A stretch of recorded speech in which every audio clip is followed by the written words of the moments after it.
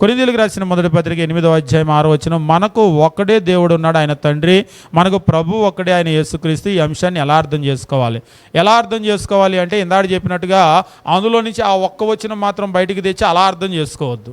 ఎలా అర్థం చేసుకోవాలంటే ఎలా రాశాడో అలానే అర్థం చేసుకోండి. ఎలా రాశాడు అన్నాడు ఒకసారి. కానీ ఎలా రాశాడంటే ఇది మొట్టమొదటి విషయం ఏంటంటే కొరింథీయులకు రాసిన మొదటి పత్రిక, కొరింథీయులకు రాశాడు. కొరింథీయులు ఏ స్థితిలో ఉన్నారో అర్థం చేసుకోండి. 2, 8వ అధ్యాయాన్ని మీరు గమనించేటప్పుడు కొరింథీయులకు రాసిన మొదటి పత్రిక 8వ అధ్యాయం 1వ వచనంలో అసలు సమస్య ఎక్కడి నుంచి ప్రారంభమైందో చూడండి.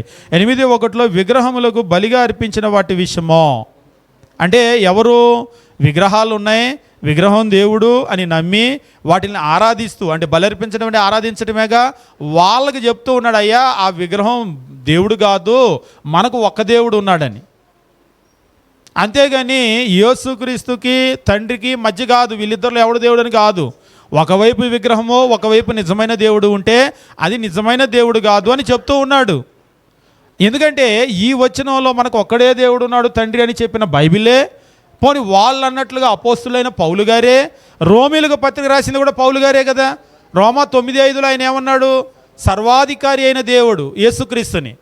మరి పౌలు గారు కొరింథీయులకేమో తండ్రి ఒక్కడే దేవుడని, రోమిలకేమో యేసుక్రీస్తు కూడా దేవుడు అంటాడా?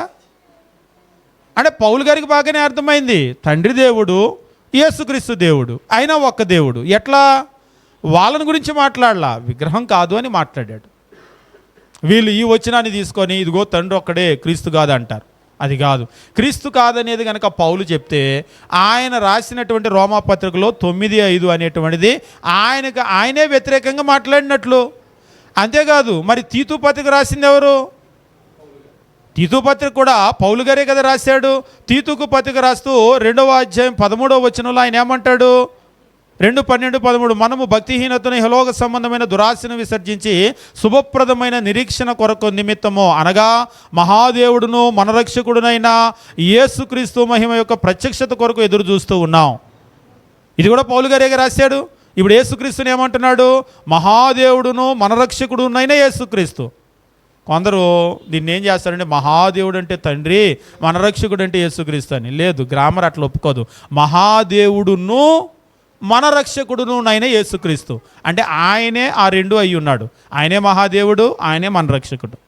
కాబట్టి పౌలు గారు చాలా క్లియర్గా ఉన్నాడు, యేసుక్రీస్తు దేవుడు, సర్వాధికారి అయిన దేవుడు.